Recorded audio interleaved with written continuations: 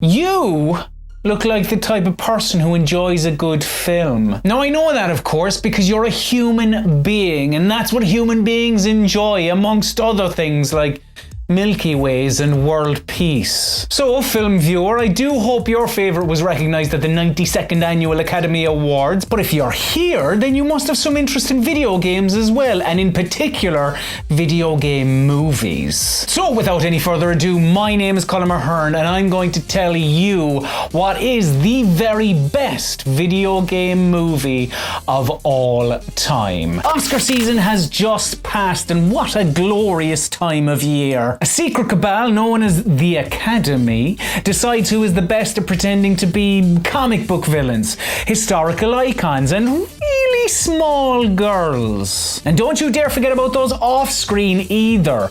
Writers are celebrated for their captivating dialogue, directors are rewarded for giving life to those words, and Pixar normally win the Little Golden Man for their latest cartoon. You're probably still reeling from Joaquin Phoenix winning the Best Actor, and you're no doubt delighted for Renée Zellweger after her performance got her a Best Actress award. But the main thing you take note of every year, because you're more about the ensemble, is the Best Picture award. From Silence of the Lambs to Slumdog Millionaire, Schindler's List to Shape of Water, the Academy has recognised tons of films, some that don't begin with an S, as the best motion picture of a given 12 months. But why have we never seen a movie based on a video game get the nod? And no, you're wrong there, you see. They're not all shit. Sure, we've seen a few duds that have derailed careers for a bit. I hope you were at least well paid for this one, Jesse. But there are some surprises out there too. I mean, there has to be.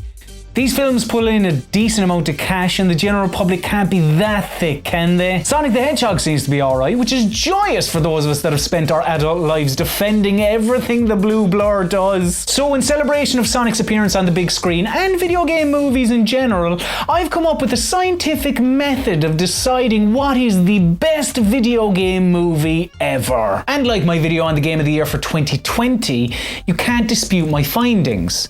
Mainly because of science and mathematical equations and yeah. Our research begins by looking at the most prestigious award that's given out every year on the biggest night in film. So I needed to look at every movie that's won a Best Motion Picture or Best Picture award at the Oscars. And no, that doesn't come to 92 films. For the first 20 odd years, the Academy used terms like outstanding picture, outstanding motion picture, and outstanding production.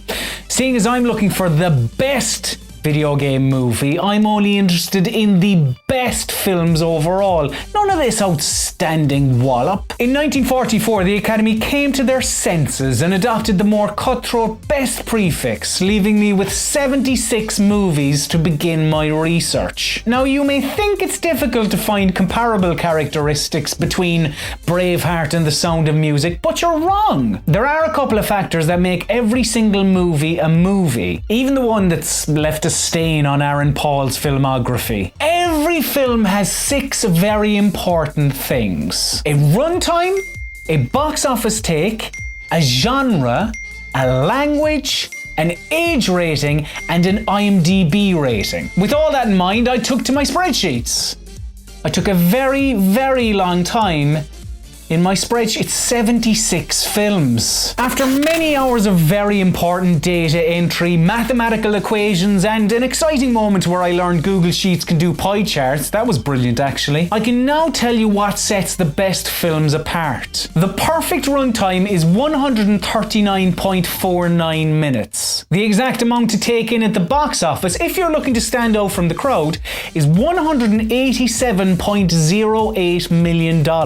If your film contains any other spoken language than English, well, you're fighting a losing battle, sadly. Genre-wise, there's a little more wiggle room, as you can see here, but a straight-up drama is most certainly the correct option. While a PG film may get more punters through the door and more money in your pocket, the greatest films have an age rating of 15. And you want the public to really like your film on IMDb, but not totally love it. So get that magical number of 7.876 and you know you'll have done something right. That's not where the spreadsheet adventure ends though. No, I had to then look at all the video game films that have come out.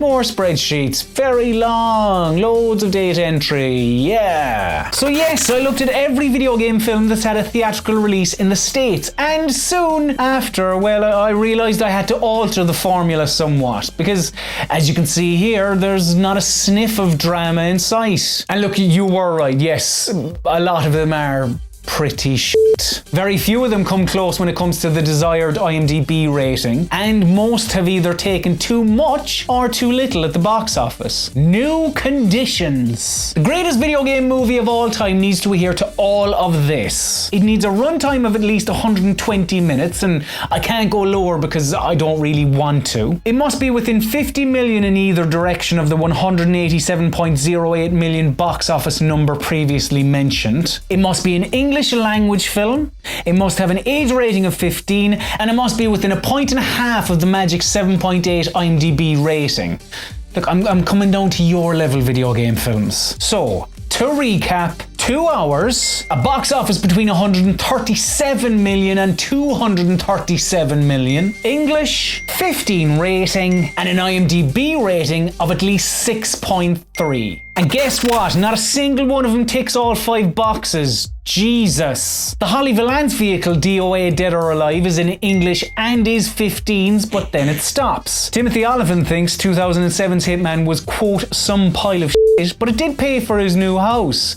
IMDb users didn't deem it that bad as it hit the 6.3 number and the age rating, but it stops there again. Director Duncan Jones was adamant that Warcraft would, quote, right the wrongs of game movies, but it's not the greatest of all time. It comes closer by surpassing the runtime requirement, being in English and hitting the IMDb number, but it sold too many tickets and wasn't spicy enough for the ratings board. I was being silly. I was just blinded by hope that a Mortal Kombat or a Pokemon will be able to tick all 5 boxes, but it's clearly too much. 4 out of 5.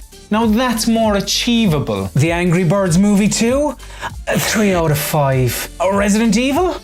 3 out of 5. Then, at last, not 1 but 3 films decide to stand up and be counted, with each scoring 4 out of 5. There can only be 1 though, so I had to get ruthless. 3rd place was easy to determine. Unlucky Resident Evil Extinction, but you're the 3rd movie in a franchise, and there's only ever been 2 Best Picture winners that were sequels. The other 2, they were harder to separate. However, with both ticking the runtime box, I dug deeper to see what the duration of each would be without the credits. And this gave me a winner, as the runner-up achingly came in at 117 minutes. Commiseration, Silent Hill. You almost had it, but one movie proved too much for its competition. That one movie pushed everything else to one side and grabbed the brass ring. It did that with a runtime of 130 minutes.